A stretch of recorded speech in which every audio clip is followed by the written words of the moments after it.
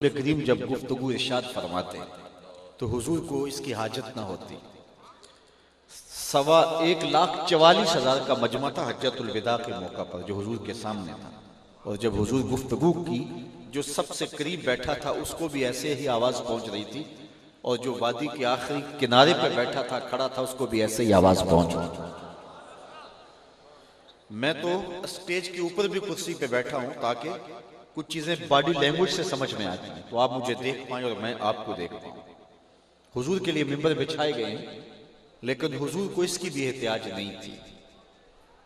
कान रसूलुल्लाह सल्लल्लाहु अलैहि वसल्लम लैसा बित्तवील अल-मुमग़्ग़द वला बिलकसीर अल-मुतरद्दद। हुजूर का कद छोटा नहीं था, हुजूर का कद बहुत लंबा भी नहीं था, हुजूर दरमियानी कदो कामत के हामिल थे। लेकिन जब सहाबा में बैठते 10,000 का इज्तिमा भी होता, हुजूर के कंधे लोगों के सरों से ऊंचे दिखाई देते। इज़ा जामा अन्नास गमरहुम, जब हुजूर लोगों में आते छा जाते, हुजूर दिखाई देते। फिर हुजूर बहुत लंबा खिताब नहीं करते थे। हजरत जाबिर बिन समुरा रज़ियल्लाहु ताला अन्हु फरमाते हैं, कुन्तु उसल्ली मा रसूलिल्लाह सल्लल्लाहु अलैहि वसल्लम फकानत सलातुहु कसदन व खुतबतुहु कसदन।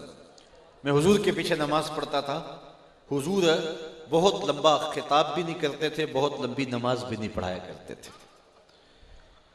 और फिर जामे इतना होता हुजूर का खिताब कि मुख्तसर खिताब इतनी जामियत का हामिल होता कि लहू खुर्शीद का टपके अगर जर्रे का जिगर चीरे। तारीख फरिश्ता में वाकया मौजूद है कि सुल्तान महमूद गज़नवी के दिल में ये गुमान था कि अल उलमा वरसतुल अंबिया, उलमा नबियों के वारिस होते हैं। क्या ये हदीस सही है या उलमा ने अपनी मदह के लिए खुद घड़ ली? इस हदीस के मतन पे उसे यकीन नहीं आता था। मेरा बाप सुल्तान सुबकतगीन है या कोई और, कभी कभी ये वहम भी उसके दिल में आ जाता। कयामत कायम होगी या कि नहीं, ये वसवसा भी दिल पे दस्तक देता। एक दिन सुल्तान घर से निकला, खादिम सोने का शमादान लिए आगे आगे चल रहा था, तो बादशाह ने देखा कि एक मदरसा है जिसकी छोटी छोटी 4 दीवारी है, वहां तालिब इल्म बैठ के सबक याद कर रहे हैं।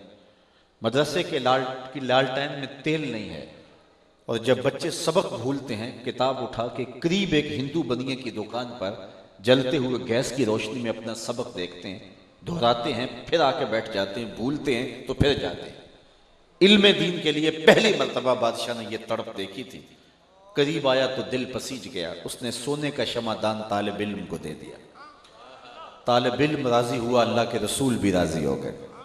मन आना आलिमन और मुतअल्लिमन बिकलमिन मुनकसिरिन और बिकिरतासिन फकान्ना बनल काबत सबईन मर्रा। जिसने किसी तालिब इल्म की मदद की कागज का टुकड़ा देकर या टूटा हुआ कलम ही देकर, वो ऐसे है जिस तरह अल्लाह के घर काबे की 70 बार तामीर की। उसने पूरा शमादान तालिब इल्म को दे दिया, तालिब इल्म राजी हो गया। तालिब इल्म राजी हो गया तो अल्लाह के रसूल भी राजी हो गए। हमारे उस्ताद होते थे मुफ्ती अब्दुल लतीफ़ कादरी साहब रहमतुल्लाह ताला अलैह, वो बड़ी प्यारी बात सुनाया करते थे। वो कहते किसी ज़माने में एक मदरसा था और तलबा की खिदमत के लिए एक शख्स रिटायरमेंट के बाद अपने आप को वक्फ कर दिया हुआ था। कभी घी का कनस्तर अपने कंधे पे उठा के लाता है, कभी आटे की बोरी लाद के ला रहा है। तो ये ज़माना तालिब इल्म का ऐसा होता है कि बच्चों ने अपने तौर पे उसका नाम रख दिया हेमार। वो कहते ये हमारा गधा है, और इस तरह हेमार कह के उसको पुकारते। एक दिन उसने सुन लिया कि ये मुझे हेमार कहते हैं, उसको बड़ा गुस्सा आया कि मैं इनकी नौकरी करूं और ये मुझे हेमार कह के पुकारे। उसने जो भी काम काज था छोड़ दिया और नाराज होकर घर चला गया कि मैं तुम्हारी खिदमत करूं, तुम्हारे जूते सीधे करूं, तुम्हारे लिए घी के कनस्तर कमर पे लाद लाद के लाऊं, और तुम मुझे गधा कहते हो। ये कह के नाराज होके जो है वो घर चला गया। खैर रात पड़ी, सोया, मुकद्दर जागा। क्या देखता है कि हशर का मंजर आंखों के सामने है, और उन तलबा को जन्नत का हुक्मनामा होता है, और वो मचल जाते हैं और कहते हैं नहीं रब, हमने नहीं जाना जब तक हमारा गधा साथ नहीं जाएगा। तो ये उठा और सुबह फिर मदरसे सीधा आ गया, कहने लगा मुझे गधा कहो, मुझे खोता कहो, मुझे हिमार कहो, मैं नौकरी तुम्हारी करूंगा, इसलिए कि तुम अल्लाह रसूल के प्यारे हो। तो तालिब इल्म से मोहब्बत करने वाला, तालिब इल्म से प्यार करने वाला अल्लाह उसके रसूल का प्यारा हो जाता है। तो सुल्तान ने तो सोने का शमादान दे दिया। बादशाह गया, रात को सोया, मुकद्दर जागे, हुजूर की ज़ियारत नसीब हुई। आले मर्तबत उलमाए किराम मौजूद हैं, इनसे पूछिए कि जिसने हुजूर को देखा, हदीस में आता उसने हुजूर को ही देखा। मन रानी फिल मनाम फ़क़द रानी फ़इन्न शैतान ला यतमस्सलु बी। शैतान ख्वाब के अंदर आकर भी मेरी मिसल होने का दावा नहीं कर सकता। जो जागते हुए ये दावा करे वो तो शैतान का भी बाबा लगा। ये तो हिम्मत शैतान में भी नहीं है कि वो हुजूर की मिसल होने का दावा करे। फरमाया जिसने मुझे देखा उसने मुझे ही देखा। दूसरी बात, हुजूर जिसके ख्वाब में आए कस्द, इरादे और मर्जी से आए। मैं आपके ख्वाब में आऊँ, आप मेरे ख्वाब में आए, मुझे आपको इल्म नहीं होगा। ये मजलिस सजी है, थोड़ी देर के बाद इख्तिताम पजीर हो जाएगी। मैं अपने घर पलट जाऊंगा, आप अपने घरों को लौट जाएंगे। ये मंजर दोबारा आंखों के सामने जाग पड़े और आप मुझे गुफ्तगू करता हुआ ख्वाब में देखें तो मुझे फ़ोन करें, तो मुझे पता होगा कि मैं आपके ख्वाब में गया हूँ, या मैं आपको देखूं तो आपको इल्म होगा हम उसके ख्वाब में गए। लेकिन रसूल करीम जिसके ख्वाब में जाएं कस्द, इरादे और मर्जी से जाते हैं। तीसरी बात, ख्वाब में किसी से कुछ वसूल करें या किसी को कुछ दें तो वो महज ख्वाब होता है। भूख में तड़पते हुए सो गए, रात ख्वाब में 5 स्टार होटल से खाना खाया, सुबह नाश्ते की जरूरत होगी या नहीं होगी? क्योंकि ख्वाब है ना। किसी का कर्ज, आपने किसी से कर्ज लेना था, उसने ख्वाब में आपको लुटा दिया, सुबह उठ के खाते से काट देंगे? कभी नहीं काटेंगे, क्योंकि ख्वाब महज ख्वाब होता है। 100 बार मेरे हाथों में तेरा दामन आया, जब आंख खुली तो अपना ही गिरेबान था। कुछ नहीं होता, ख्वाब महज ख्वाब होता है। लेकिन अगर ख्वाब में किसी को मेरे रसूल कुछ अता कर दे तो ये इमाम बुसीरी से पूछो। रात चादर मिलती है, सुबह उठते हैं कंधों पे मौजूद होती है। हुजूर अगर अता करते हैं तो हकीकत में अता करते हैं। इमाम सखावी ने अल-कौल बदी में लिखा है, एक शख्स हुजूर के रोज़े पे खड़ा है और क्या कहता है, आना ज़ैफ़ो का, मैं आपका मेहमान हूँ और आपके होते किसी और दर पे तो नहीं जाना। आका जी मैं तेरा हो के खैर मंगा दर दर दर, मरियल कुत्ता क्यों अखवामा एडे बख्ता वरदा। और मेरे इमाम बोले कौन देता है देने को मुंह चाहिए, देने वाला है सच्चा हमारा नबी। कोई देता भी तो नहीं ना, चंद टगे अगर कोई दे भी दे तो सारी जिंदगी जतलाता रहेगा। आरफ अब्दुल मतीन ने यहां कलम तोड़ दिया। और जितने भी सहारे हैं सुबक करते हैं, इज्जत नफ्स बढ़ाता है सहारा तेरा। हर आसरा बंदे को कमजोर करता है, लेकिन नबी का आसरा बंदे को सर बुलंद करता है। किसी चौधरी का मांगत सर उठा के चल सकता है कि मैं फलां का मांगत होता हूं, और जिसको खैरात मदीने से मिली होती है। इसीलिए मेरे इमाम ने कहा ठोकरें खाते फिरोगे उनके दर पे पड़ रहो, काफिला तो ए रिजा अव्वल गया आखिर गया। वो खड़ा ही हुजूर के रोज़े पे है और क्या कहता, आना ज़ैफ़ो का, मैं आपका मेहमान हूं और मैंने किसी और दर पे जाना भी नहीं। ये कहते कहते आंख लग गई। आंख लगी तो आंखों में मंजर जागा, हुजूर तशरीफ लाए। हुजूर के दाएं हाथ में रोटी थी, मैं खुद ले ले। वो कहता है मैंने ख्वाब में वसूल कर ली। भूख इतनी शिद्दत की थी कि मैंने ख्वाब में खानी शुरू कर दी। अभी आधी खाई थी कि मेरी आंख खुल गई। जब आंख खुली तो दूसरा आधा टुकड़ा मेरे हाथ में मौजूद था। तो अगर हुजूर अता करते हैं तो वो हकीकत में अता करते हैं। चौथी बात सुन लीजिए ख्वाब के बारे में। सही बुखारी में रिवायत है, हुजूर ने इरशाद फरमाया, मन रानी फिल मनाम फसयरानी फिल यक़ज़ा। जिसने मुझे ख्वाब में देखा न करीब जागते भी देख लेगा। सारी जिंदगी ना भी देख सका, जब सांसें टूट रही होंगी रुखे महबूब सामने होगा। और अगर मुझे बताओ उस वक्त हुजूर का दीदार मिल जाए तो और क्या चाहिए। सौखा निकले साज हूरी जे वेख लवा मुख तेरा। अल्लाह अकबर। तो सुल्तान सोया, मुकद्दर जागे, हुजूर का दीदार नसीब हुआ। अब कितने शक थे, मेरा बाप कौन है, कयामत आएगी कि नहीं आएगी, क्या उलमा नबियों के वारिस होते हैं। तो ख्वाब में जब हुजूर का दीदार हुआ तो हुजूर ने मुस्कराते हुए कहा, ए सुबकतगीन के बेटे महमूद, आज तूने मेरे एक वारिस की कदर की है, कल कयामत के दिन मैं तेरी शफात करूंगा। तो ये नहीं 3 घंटे की तकरीर और नतीजा कुछ भी ना निकले। लहू खुर्शीद का टपके अगर जर्रे का जिगर चीरे। खुद फरमाए, अना अफसाहुल अरब, अरबों में सबसे ज्यादा फसी मैं हूं। बात करने का जो सलीका रब ने मुझे दिया है वो किसी और को नहीं दिया है। तो हुजूर मुख्तसर बात करते, जामे करते, ठहर ठहर के करते, लफ्जों को कोई गिनना चाहता तो गिन सकता। आवाज हुजूर की आखिर तक पहुंचती, एक एक शख्स के कानों तक पहुंचती, रस गोलती, रूहों में उतरती, बातन में चरागां करती। फिर हुजूर बात बहुत लंबी ना करते, मुख्तसर और जामे करते।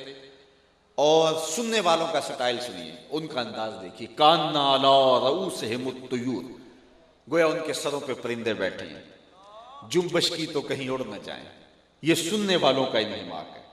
मुझे बताओ, सुनाने वाले की दिल सोजियां ये हों कि एक बात को 3 मरतबा दोहरा के कहे और सादा लहजे में कहे, सलीस अंदाज में कहे, सुनने वाले के फहम और अक्ल के मुताबिक कहे, उनकी नफ्सियात के मुताबिक कहे। और सुनने वाले जो हैं वो इन्हिमाक से बैठे हों तो कोई बात हो सकती है जो समझ में ना आए। लेकिन इसके बावजूद भी किसी खारजी सबब से कोई बात समझ में नहीं उतरती या वजाहत चाहिए होती है, तो बड़े अदब से सहाबा अर्ज़ करते हैं, रायना या रसूलल्लाह सल्लल्लाहु अलैहि वसल्लम, हुजूर हमारी रियायत कर दीजिए। हुजूर नाराज नहीं होते, हुजूर फिर बयान फरमा देते हैं। हुजूर फरमाते हैं अगर मैं नहीं बताऊंगा तो कौन बताएगा। आला हजरत शेर रब्बानी मियाँ शेर मोहम्मद शरफपुरी रहमतुल्लाह ताला अलैह, आप तशरीफ़ फरमाते नमाज जुमा के बाद लोगों से मुसाफा कर रहे थे। एक बूढ़ा शख्स आपसे मिला और उसने आपसे मुसाफा किया और मुसाफा करते करते रो पड़ा। तो मियाँ साहब ठेठ पंजाबी बोलते थे। आपने उसे कहा बेलिया की गल है? उसने कहा जरा दूर देहात से सफ़र करके आपके पीछे जुमा पढ़ने के लिए आया था, लेकिन मैं बूढ़ा हूँ, ज़्यादा तेज़ नहीं चल सका, तो आपका खुतबा गुजर गया।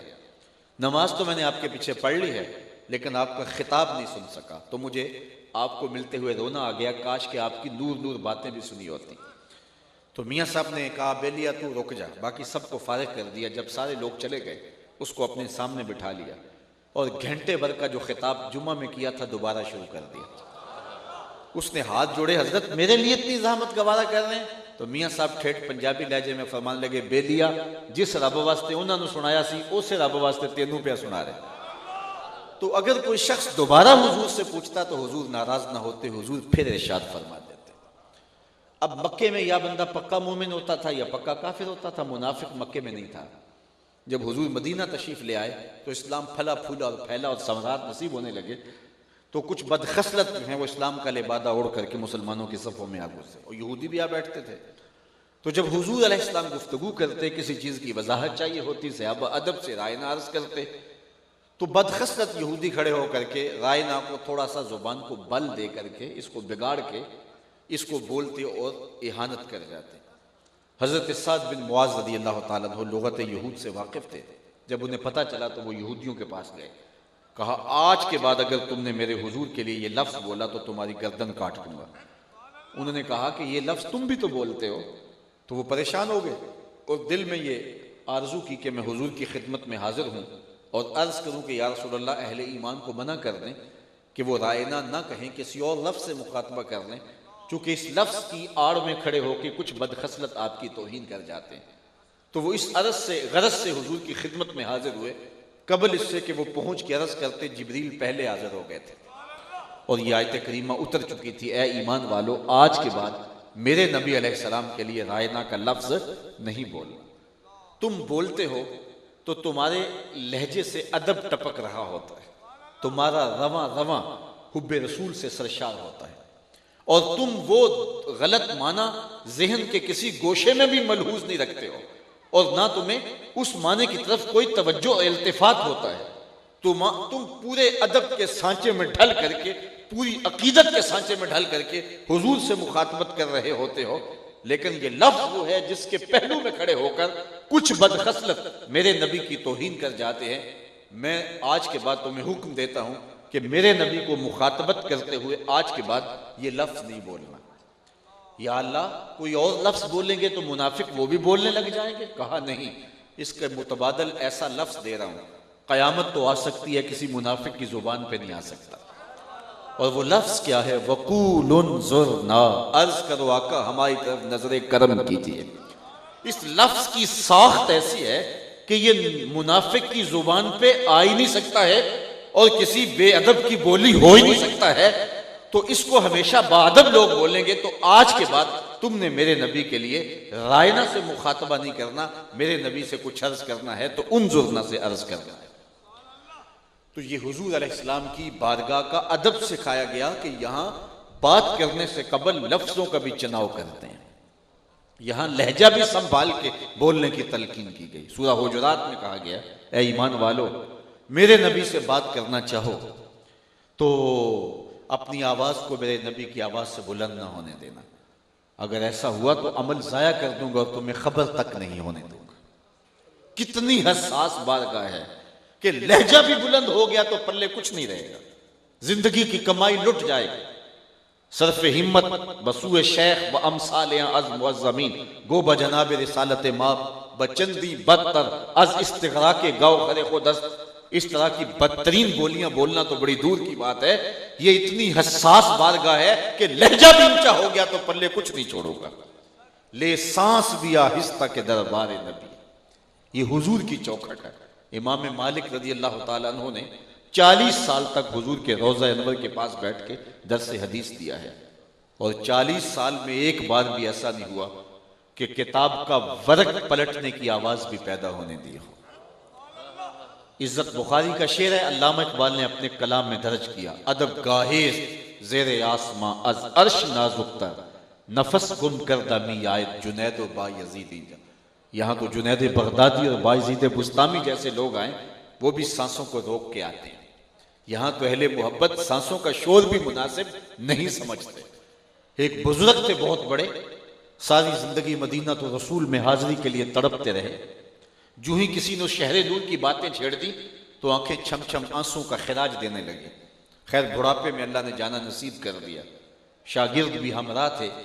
जब हुजूर के रोज़ा अनवर पे पहुंचे और मवाजा नूर के रूबरू खड़े हुए तो शागिर्दों का ख्याल ये था कि हजरत याद मदीना में पहलो रोने की आदत रखते हैं, आज हुजूर के रूबरू खड़े हो गए, न जाने जिंदगी की कितनी जो है वो कितनी गठड़ियां दुखों की हैं वो खोल के गमखार के सामने रख देंगे और अपने दुखड़े सुनाएंगे, कितनी देर तक हुजूर के रूबरू खड़े रहेंगे।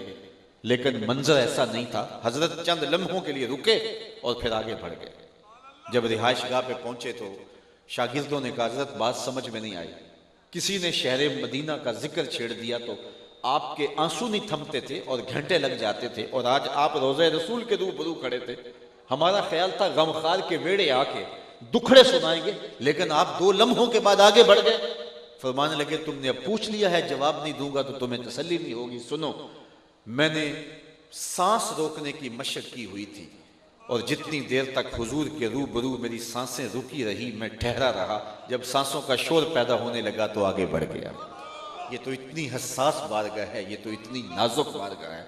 और मेरे इमाम ने सबक सिखाया, नीम व तैबा के फूलों पे आंखें, बुलबुलो पासे नजाकत चाहिए। आला हजरत बोले, जब दरियारे नूर में हाजिर होना नसीब हो तो पाँव तो जोर से नहीं रखने, आवाज तो बुलंद नहीं करनी, लेकिन तकाजा अदब यह है तुम्हारी आंखें भी पूरी ना खुलने पाए। नीम व तैबा के फूलों पे आंखें, बुलबुलो पासे नजाकत चाहिए। ये इतनी हसास बारगाह है, इतनी नाजुक बारगाह है। हजरत साहिब बिन यजीद कहते हैं, मैं मस्जिद नबवी के कोने में बैठा था तो एक शख्स ने मुझे कंकर